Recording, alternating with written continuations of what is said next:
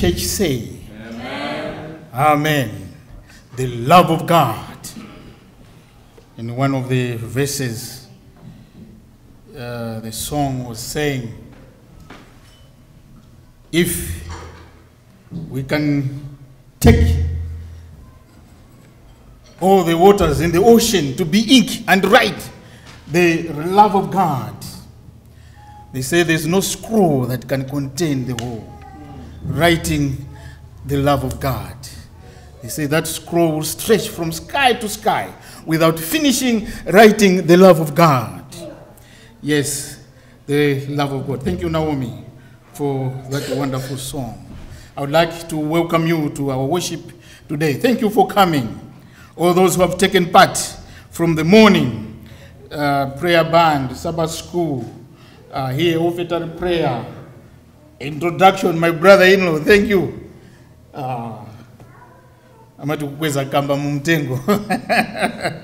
Thank you. And our crew over here, welcome back. Thank you. May God bless you. Children's story, thank you. May God bless you. May God bless you all. It was on January 13, 1982, when Air Florida Flight 90 crashed nose first in the rock-solid ice covering in the Potomac River just outside Washington, D.C. This was in January. It was winter season, and you had freezing temperatures. When the onlookers saw the plane crash in the Potomac River, it seemed to them impossible that one could survive in this crash. But miraculously, one by one, 6 survivors gasped to the surface and grabbed desperately the tail of the plane. The 6 survivors knew that unless they were pulled out fast, they would also die in the ice-cold water in the river. The 6 survivors had fractured arms and shattered legs, and their hands were freezing as they screamed for help. Rescuers tried different methods to rescue the victims, but it was even risky to the rescuers, and they failed after several attempts. Suddenly and miraculously, a rescue helicopter came on the scene, whisking across the darkened sky. It dropped a rifle right into the hands of one of the survivors and plucked him off from the cold ice water to safety. Now 1 person was rescued and 5 remained in the ice cold water. The helicopter came back again and threw the life ring again to one of the survivors by the name of Aaron Williams. Then something strange happened. When this life ring came to Aaron Williams, to everybody's surprise, he gave the life ring to another victim. The helicopter rescued the second person. Again, the chopper came back to Aaron Williams. But Aaron Williams insisted that the others should go first before him. Then again, finally, the helicopter came back to rescue Aaron Williams. But Aaron Williams was frozen this time, and he disappeared underneath the cold ice water. The story of Aaron Williams was heard the whole country. He was a hero. He showed what true bravery, heroism, and love for total strangers is like. Aaron Williams knew by giving up the life ring each time, he was slowly losing his chances to survive. But that did not stop him. He was the last man, but never got saved. Aaron Williams sacrificed his life that the others could live. Speaking about Aaron Williams, the president of the United States at the time, who was Ronald Reagan, speaking about him, he quoted John chapter 15, verse 13, which was our memory verse. Let's open our Bibles and read John chapter 15, verse 13. There is no greater love than this, that a person would lay down his life for the sake of his friends. Yes, we see a great love that Alan Williams showed to the 4 survivors of the plane crash in the Potomac River. But Ronald Reagan was quoting this verse in reference to the greatest love of all, Jesus, who is God himself, came down on earth and gave his life to save the human race after the fall. Philippians chapter 2 verse 6, who being in the form of God did not consider to be robbery to be equal with God, but he humbled himself and came down to die the shameful death in order to save the sinner. The title of my message, I entitled it, No Greater Love Than This. No greater love than this. The fall of man filled heaven with sorrow. There was silence in heaven when Adam and Eve sinned. Adam and Eve were pre-warned about the consequences of disobeying the law of God. Our first parents had fallen to the devil's temptations. The law of God was clear. The wages of sin is death. There appeared no escape for all those who transgress the law of God. The law of God was clear. The broken law of God demanded the life of the sinner. Or what was there for the human race was death sentence. Or what was there for the human race was suffering and pain. We have many times asked the question, why did God permit sin to happen? We still ask questions today. Is there God? Why all the suffering taking place today in our world? But we forget that sin entered into this world because of man's choice and not God's choice. But because of God's love and God's mercy, God did something after sin entered this world. Divine love had already conceived a plan. The plan of salvation had been laid way before the creation of man. For Christ is the lamb slain from the foundation of the world. Revelation chapter 13 verse 8. We can see here the great love of God. When man was hopeless, God putting in place a plan where man must be redeemed. Jesus, the Son of God, heaven's glorious commander, was to come down on earth and die a shameful death in order to save the sinner. Yes, it's a mystery of redemption. That God the Creator can yield his Son Jesus, the King of the universe, to die for the guilty race. You know, other religions of the world, in other circumstances, will demand the life of the believer to die for the leader. But our King Jesus Christ, who is God, died in place of a sinner. What a love! For God so loved the world that he gave his only begotten Son, that whosoever believeth in him should not perish, but have everlasting life. John chapter 3, verse 16. What we need to know is, God did not remain silent when sin entered this world. God did something big for humanity after the fall, which many times we forget.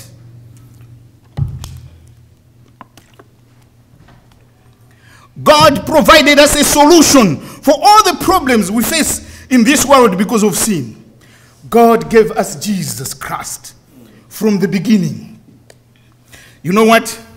One day, I was driving from work. And when I was driving, a strange noise.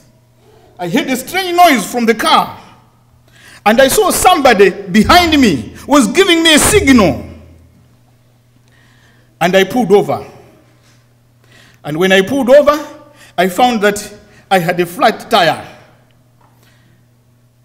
This man also pulled over. And he said, I wanted to tell you that you have a flat tire. And he asked me, what are you going to do now? I said, okay, I will continue driving to the next gas station so that I can feel the air in my tire. But he said, you have been driving it for all this long. You damage the rim now.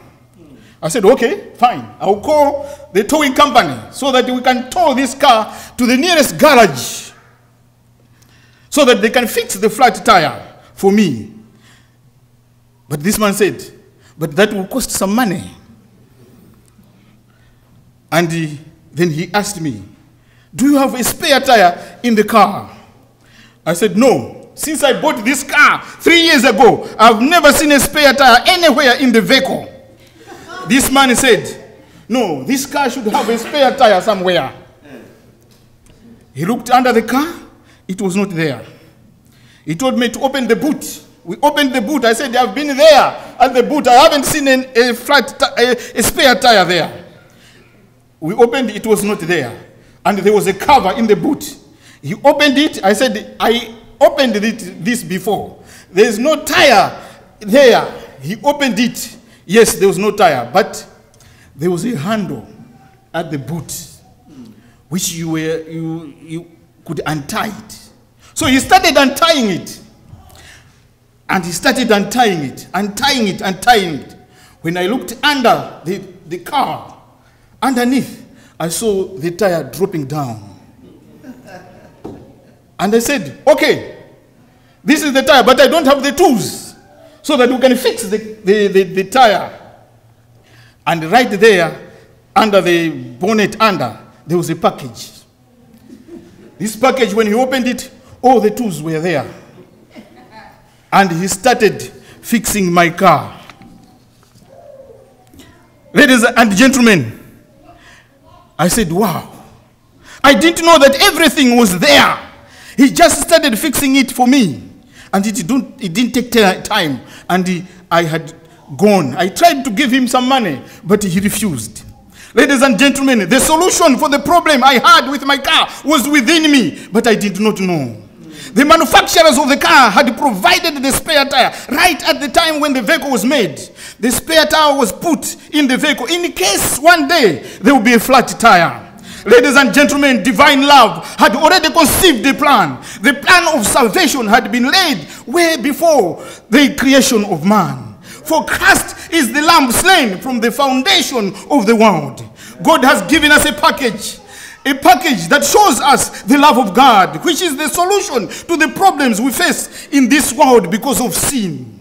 But many times when we face these problems, we forget the love package from God. For God so loved the world that he gave his begotten Son, that whosoever believes in him should not perish but have everlasting life. My God did something to the sin problem we face in this world. Yes, he did something. This verse is a complete package of the love of God to man.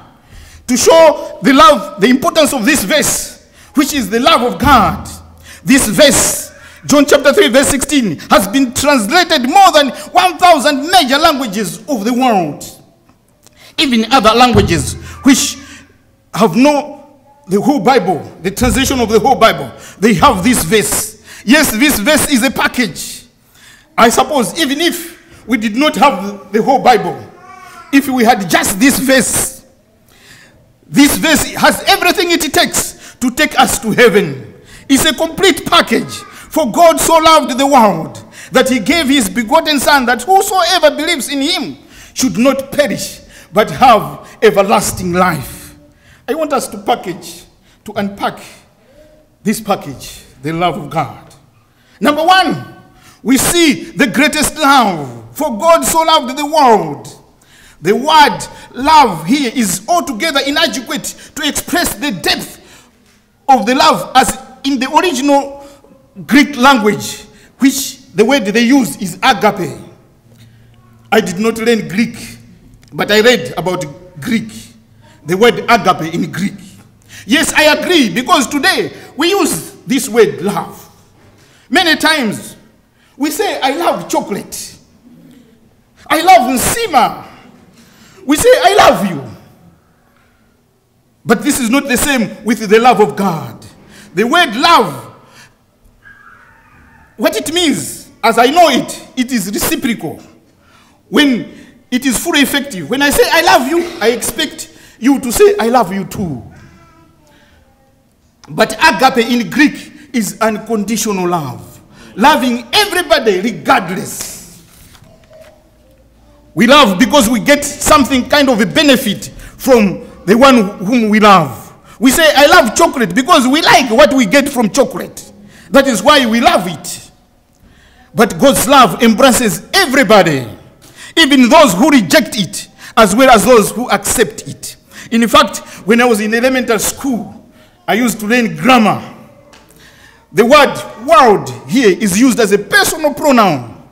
It is standing for everybody's name in this world, you and me. For God so loved Symon, regardless. For God so loved you, regardless.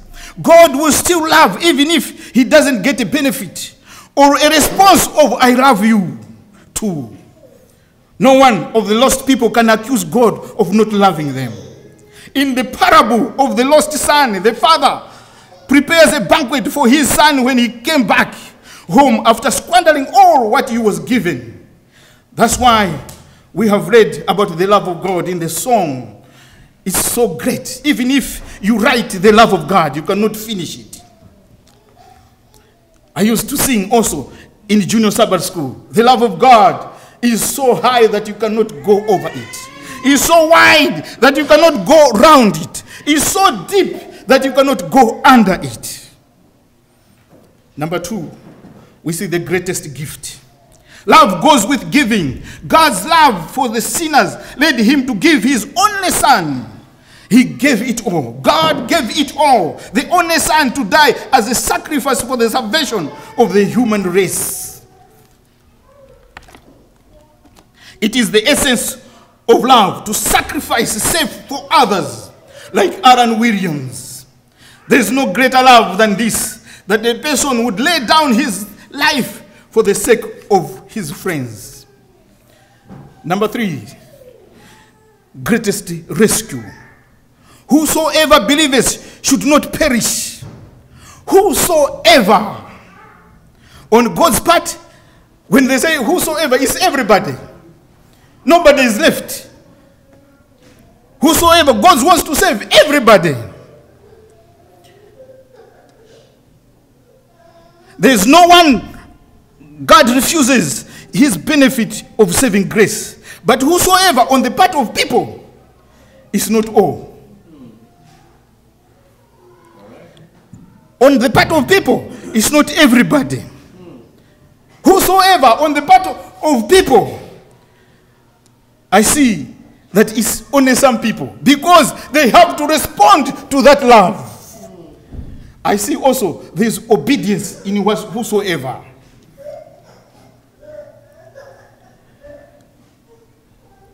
This verse is complete because, yes, on the part of God is everybody, but on the part of us is only some. Only those who respond are the ones who are rescued. Ladies and gentlemen, even in the story of Noah, in the story of Noah, perishing will not come on people, not because God wants it, but because the sinner has chosen to separate himself from God, who is the source of life.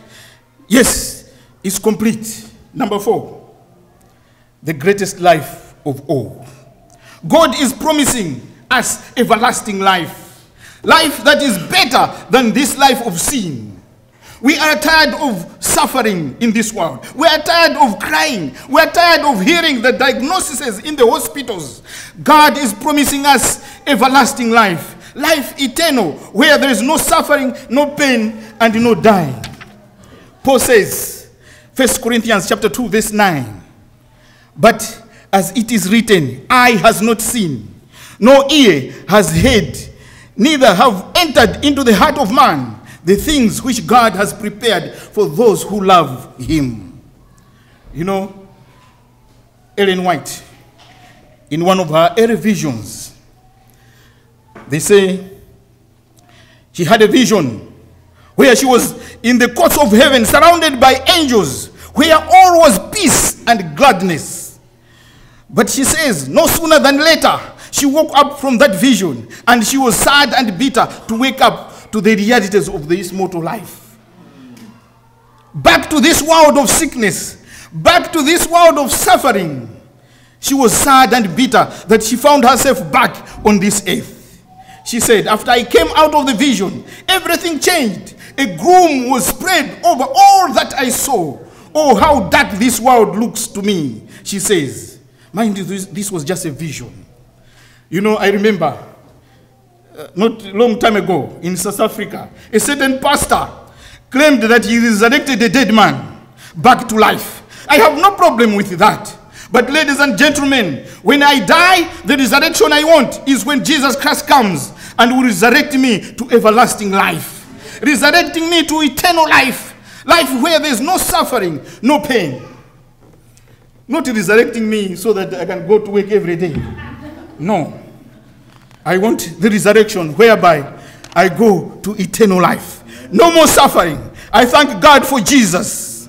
And Jesus provides us the will. He will be with us all the time in every situation.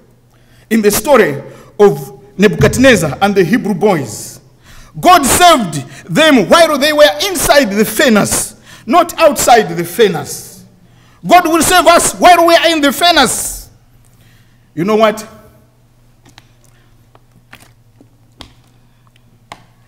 A certain Baptist preacher said in his imagination about Nebuchadnezzar and the three Hebrew boys. He said, when Nebuchadnezzar had heated the fire furnace to throw in the three Hebrew boys, God had called an emergency meeting in heaven. How they can rescue the three Hebrew boys. Everybody was there. The angels, Jesus Christ was there.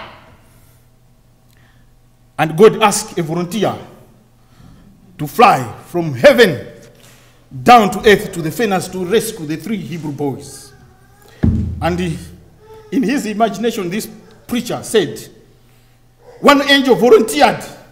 He said, I know how to fly fast.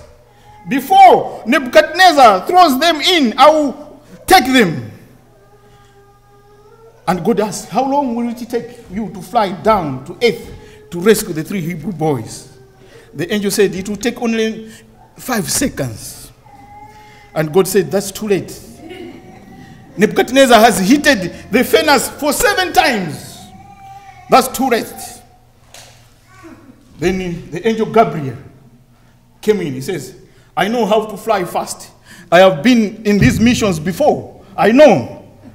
And God asked, how long will it take you to fly to the furnace down on earth? Gabriel says, only 1 second. God says, no. That's too late. Nebuchadnezzar has heated the furnace 7 times. That's too late. Then there was silence in heaven. Then Jesus looked at his father and he said, Father, as I speak now, I'm already down in the furnace to rescue the three Hebrew boys. Ladies and gentlemen, God will rescue us while we are in the furnace, not outside the furnace. When the devil throws us into the furnace, here's the good news. Jesus is already there in the furnace to rescue us. Do you remember what the Hebrews boys said to Nebuchadnezzar? They challenged Nebuchadnezzar that even if God does not rescue us, we will not bow down to this image. What does that mean? What it means is these Hebrew boys, their priority was the heavenly kingdom, not this life. Many times we are caught up in this life. Our friends, their priority was the heavenly kingdom. They said, even if God does not rescue us, but we will not bow down to this image. God wants us to challenge this world, to stand up for him as he did stand up for us. When we do that, God will help us even in this life. He will be there for us always. Let us not think about this life. Let us think about the life to come. Our priority is our salvation. And thereafter, everything will follow. God will be with us. Today, we have gathered to celebrate that love. That love that God showed to us. That sacrifice. We want to partake in the Lord's Supper. The sacrifice God made to you and me. Remember, God gave us Jesus. There's no greater love than this. Ladies and gentlemen, God did something to the problems of this world. He sent Jesus. Many times we say, no, God, where is God? God did something. He sent Jesus to die for us. That's why we're here today to celebrate the Lord's Supper. because of that gift, because of that love. No greater love than this, that he sent Jesus to die for us. May the Lord be with us as we contemplate the love of God, the sacrifice that he gave us, the sacrifice that he gave us, Jesus Christ, to die for us. Jesus Christ, who is God, dying for us. We'll go and disperse now to foot washing. Our ladies will go downstairs. Men will remain here as we wash one another's feet. And we'll come back and partake in the bread and wine, remembering the love of God, the sacrifice he made for you and me. May God bless you. Amen.